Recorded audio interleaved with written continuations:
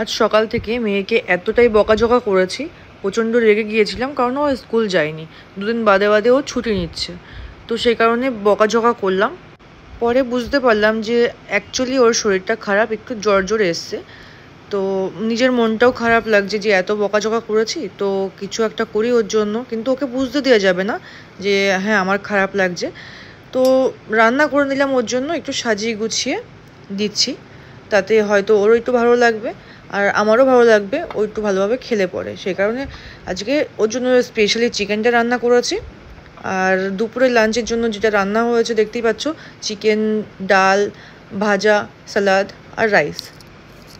বন্ধুরা, তোমাদের যদি আমার পোস্ট বা ভিডিওগুলো ভালো লেগে থাকে তাহলে লাইক করে দিও। আর যারা নতুন দেখছো, যদি ভালো লাগে ফলো আর সাবস্ক্রাইব করে দিও। তো যাওয়া যাক, যার মন খুশি করার জন্য, ভালো করার জন্য এগুলো সাজিয়ে নিয়েছি তার কাছে খাবারগুলো নিয়ে।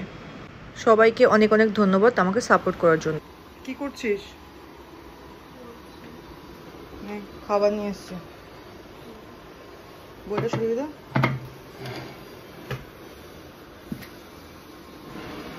খেয়ে বল কেমন হয়েছে, ঠিক আছে? খেয়ে দিয়ে রিভিউ দিবি, ভালো হয়েছে খারাপ হয়েছে। পড়ে যাবে, ওইটা পড়ে যাবে।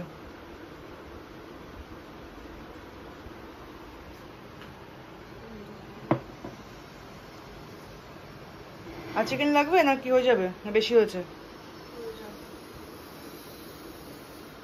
গল্পের বই পড়ছো, পড়ার বই বাদ দিয়ে আবার কানে একটা আবার একটা লাগিয়ে নিয়েছে, বাহ। ঠিক আছে, খেয়ে নে, খেয়ে দে, বলবি কেমন হয়েছে। ঠিক আছে, ঠিক আছে, শিওর? ওকে, খাও। তো যাই হোক বন্ধুরা, আমার মেয়ে খাওয়ার পর এখনও আমাকে কোনো রিভিউ দেয়নি, তোমরা দিতে ভুলো না। Thank you so much.